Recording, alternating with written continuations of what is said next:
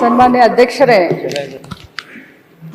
ಮೊನ್ನೆ ಶಾಸಕರಾದಂಥ ಮಹೇಶ್ ತೆಂಗಿನಕಾಯಿ ಅವರು ಗೃಹಲಕ್ಷ್ಮಿಯ ವಿಚಾರವಾಗಿ ಒಂದು ಪ್ರಶ್ನೆಯನ್ನು ಕೇಳಿದ್ರು.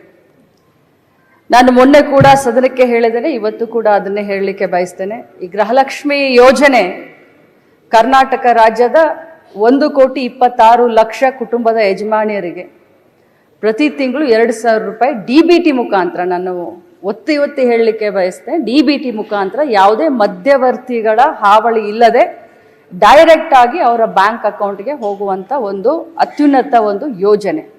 ಈ ಕರ್ನಾಟಕದಲ್ಲಿ ಗೃಹಲಕ್ಷ್ಮಿ ಯೋಜನೆಯನ್ನ ಪ್ರಾರಂಭ ಮಾಡಿದ ಮೇಲೆ ದೇಶದ ಪ್ರತಿಯೊಂದು ರಾಜ್ಯದಲ್ಲಿ ಇದನ್ನ ಒಂದು ಮಾಡೆಲ್ ಆಗಿ ಯೂಸ್ ಮಾಡಿಕೊಂಡು ಇದು ಬಹಳಷ್ಟು ಯಶಸ್ವಿಯಾದಂಥ ಯೋಜನೆ ಅಂತ ನಾನು ಹೇಳಲಿಕ್ಕೆ ಬಯಸ್ತೇನೆ. ನಾನು ಮೊನ್ನೆ ಕೂಡ ಸದನಕ್ಕೆ ಒಂದು ಮಾತನ್ನ ಹೇಳಿದೆ. ಇಲ್ಲಿಯವರೆಗೆ 23 ಕಂತುಗಳನ್ನು ಹಾಕಿದ್ದೇವೆ. 46,000 ರೂಪಾಯಿಗಳು ಒಬ್ಬೊಬ್ಬ ಮನೆಯ ಯಜಮಾನಿಗೆ 1,26,00,000 ಮನೆಯ ಯಜಮಾನಿಗಳ ಕುಟುಂಬದ ಯಜಮಾನಿಗಳಿಗೆ ಸಿಕ್ಕಿದೆ ಅಂತ ಮೊನ್ನೆ ಕೂಡ ನಾನು ಹೇಳಿದ್ದೀನಿ. ಈ ಹೇಳುವಂತ ಸಂದರ್ಭದಲ್ಲಿ ಪದೇ ಅವರು ಹೇಳ್ತಾ ಇದ್ರು, ನನಗೆ ಫೆಬ್ರವರಿ ಮತ್ತು ಮಾರ್ಚ್ ಇದು ಬಂದಿಲ್ಲ ಅಂತ ಹೇಳ್ತಾ ಇದ್ರು ಸದಸ್ಯರು. ನಾನು ಹೇಳಿದೆ ಆಗಸ್ಟ್ ವರೆಗೂ ಕ್ಲಿಯರ್ ಮಾಡಿದೀನಿ ಅಂತ ನಾನು ಹೇಳಿದೆ. ಮಾನ್ಯ ವಿರೋಧ ಪಕ್ಷದ ನಾಯಕರು ಕೂಡ ಹೇಳಲಿಕ್ಕೆ ಬಯಸ್ತೀನಿ, ತಾವು ಬಹಳಷ್ಟು ಅನುಭವಿಸ್ತಿದ್ದೀರಿ ಸರ್. ಇಲ್ಲಿ ಆರೋಪ ಪ್ರತ್ಯಾರೋಪಕ್ಕಿನ್ನ ನಾನು ಮಂತ್ರಿ ಆದಮೇಲೆ ನಾನು ಮೊದಲೇ ಬಾರಿ ಮಂತ್ರಿ ಆಗಿದ್ದೀನಿ, ಅತ್ಯಂತ ಭಕ್ತಿ ಭಾವನೆಯಿಂದ, ಪೂಜ್ಯ ಭಾವನೆಯಿಂದ, ಯಾಕಂದ್ರೆ ಬಹಳ ದೊಡ್ಡ ಪುಣ್ಯದ ಕೆಲಸ ಮಾಡ್ತಾ ಇದ್ದೀವಿ. ಗೃಹಲಕ್ಷ್ಮಿ ಯೋಜನೆ ಮನೆಯಲ್ಲಿ ಯಾರು ನಮ್ಗೆ ಗೃಹಲಕ್ಷ್ಮಿ ಅಂದ್ರೆ ಇಲ್ಲೋ ಗೊತ್ತಿಲ್ಲ, ಕರ್ನಾಟಕದ ಕಾಂಗ್ರೆಸ್ ಪಕ್ಷದ ಸರ್ಕಾರ ಮಹಿಳೆಯರಿಗೆ ಗೃಹಲಕ್ಷ್ಮಿಯನ್ನ ಕೊಡುವ ಯೋಜನೆ ಮುಖಾಂತರ ಅವ್ರಿಗೆ ಗೃಹಲಕ್ಷ್ಮಿ ಅಂತ ಅನ್ತಾ ಇದೆ.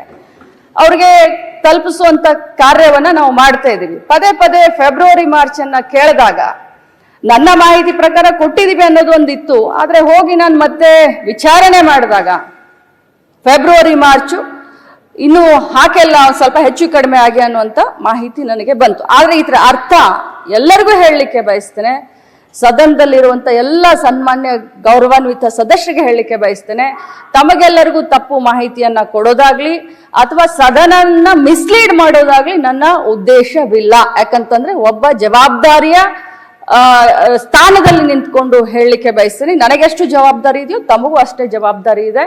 ನಾನು ಖಂಡಿತವಾಗ್ಲೂ ಫೈನಾನ್ಸ್ ಮಿನಿಸ್ಟರ್ ಸಿದ್ದರಾಮಯ್ಯ ಸಾಹೇಬ್ರಿದ್ದಾರೆ, ಮುಖ್ಯಮಂತ್ರಿಗಳಿದ್ದಾರೆ, ಫೈನಾನ್ಸ್ ಡಿಪಾರ್ಟ್ಮೆಂಟ್ ಹತ್ರ ಮಾತಾಡ್ತೀವಿ. ಯಾಕೆ 2 ತಿಂಗಳದ ವ್ಯತ್ಯಯ ಆಯಿತು, ಆಗಿದ್ರೆ ಅದನ್ನ ಮಾತಾಡಿ ಆದಷ್ಟು ಶೀಘ್ರದಲ್ಲೇ, ಮೊನ್ನೆ ಹೌಸ್ನಲ್ಲಿ ಮುಖ್ಯಮಂತ್ರಿಗಳು ಕೂಡ ಹೇಳಿದ್ದಾರೆ, ಅದನ್ನ ಆಗ್ಲಿಲ್ಲ ಅಂತಂದ್ರೆ ಶೀಘ್ರದಲ್ಲಿ ಮಾಡ್ತೀವಿ. ಬಟ್ ಇದ್ರ ಅರ್ಥ ಆ ದುಡ್ಡನ್ನ ಬೇರೆ ಕಡೆ ಡೈವರ್ಟ್ ಆಯ್ತು, ಅದಾಯ್ತು ಇದಾಯ್ತು ಅಂತಲ್ಲ.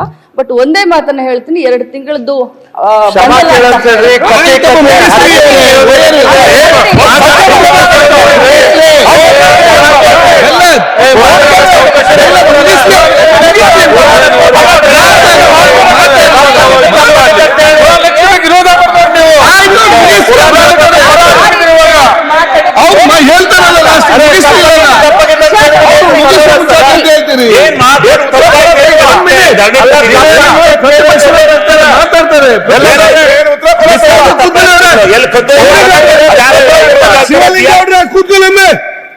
ಶಿವಲಿಂಗ ಆಯ್ತು, ಅವ್ರು ತಪ್ಪ ನೀವ್ಯಾಕೆ ತಪ್ಪು ಮಾಡ್ತೀರಿ? ಆಯ್ತು, ಕೂತ್ಕೊಳ್ಳಿ, ಈಗ ಕೂತ್ಕೊಳ್ಳಿ. ಶಿವಲಿಂಗ ಕೂಡ್ರಿ ನೀವು ಜರ. ಆಯ್ತು, ಅವ್ರು ಉತ್ತರ ಕೊಡ್ಲಿಕ್ಕೆ ಕಂಪ್ಲೀಟ್ ಮಾಡ್ಲಿ.